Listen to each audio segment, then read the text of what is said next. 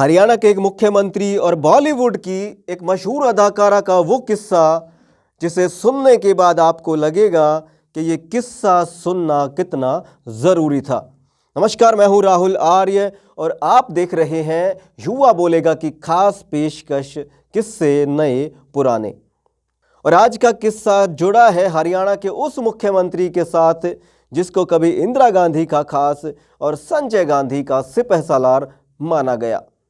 ये किस्सा जुड़ा है हरियाणा के उस मुख्यमंत्री के साथ जिसको नसबंदी की जबरदस्ती के तौर पर भी याद किया गया। आप समझ गए होंगे, नहीं समझे तो पत्ते खोल देते हैं। ये किस्सा जुड़ा है भूतपूर्व मुख्यमंत्री चौधरी बंसीलाल और सुनील दत्त साहब की पत्नी और संजय दत्त की मां नरगिस दत्त का। बात पुरानी है 1980 का दशक। पति सुनील दत्त के साथ नरगिस दत्त हरियाणा के यमुनानगर जिले के मंडोली गांव पहुंचती हैं। दरअसल मंडोली सुनील दत्त का गांव था जहां से निकलकर वो माया नगरी बंबई पहुंचे थे। सुनील दत्त नरगिस दत्त को गांव की सैर कराना चाहते थे और उस मिट्टी के अंदर ले जाना चाहते थे जिस मिट्टी में खेल कर वो बड़े हुए थे।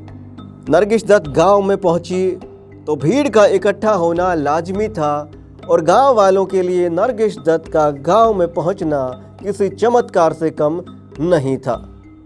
नरगिस दत्त गांव में पहुंची तो लोगों से बड़ी हमदर्दी से पेश आई और कह बैठी कि मैं आप लोगों के लिए क्या कर सकती हूँ। नरगिस दत्त की आत्मीयता देखकर गांव वालों को हौसला हुआ समस्या बताने का और फिर समस्या बताई गई। समस्या थी सड़क बनवाने की, क्योंकि गांव के रास्ते कच्चे थे और गांव वालों को दिक्कत पेश आती थी कच्चे रास्तों से। और नरगिस दत्त ने गांव वालों को आश्वासन दिया कि सड़क बन जाएगी। और अब शुरू होती है कहानी में चौधरी बंसीलाल की दखलंदाजी। नरगिस दत्त को सड़क बनवाने के लिए मुख्यमंत्री से मिलना ज़रूरी था और उस वक्त के मुख्यमंत्री थे चौधरी बंसीलाल।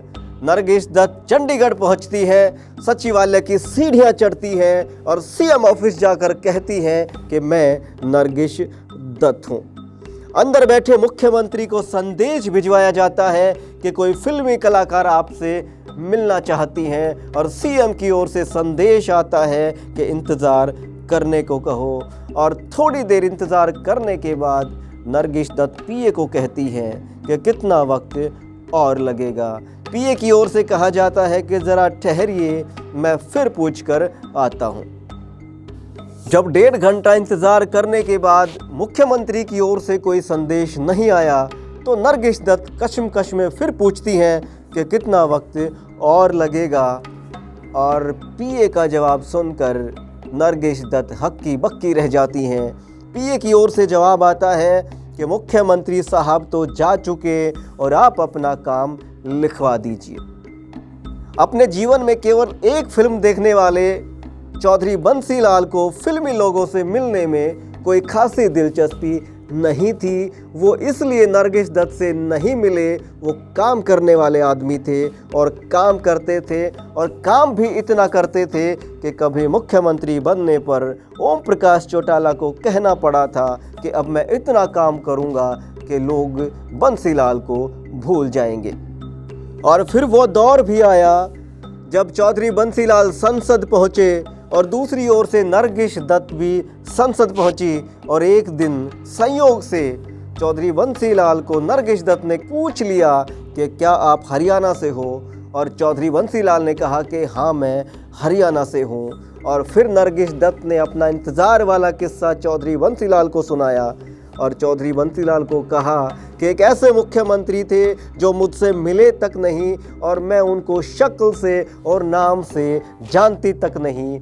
इतना सुनकर चौधरी बंसीलाल मुस्कुराए और मुस्कुराकर कहा कि जो मुख्यमंत्री आपसे नहीं मिला था वो मुख्यमंत्री मैं ही था। तो ये थे चौधरी बंसीलाल जो सच को सच कहते थे और झूठ को झूठ कहते थे। और ये था उनका छोटा सा किस्सा। ऐसे बहुत सारे किस्से जुड़े हुए हैं चौधरी बंसीलाल से और हरियाणा के तमाम बाकी दिग्गज नेताओं से, और वो किस्से एक एक करके हम आपके सामने युवा बोलेगा के कार्यक्रम किस्से नए पुराने में लेकर हाजिर होंगे। ये छोटा सा किस्सा आपको कैसा लगा हमें ज़रूर बताइएगा, सुझाव दीजिएगा ताकि अमल किया जा सके। फिर हाजिर होंगे किसी नए किस्से के साथ, तब तक के लिए आज्ञा दीजिए। जय हिंद, जय भारत, नमस्कार, वंदे मातरम।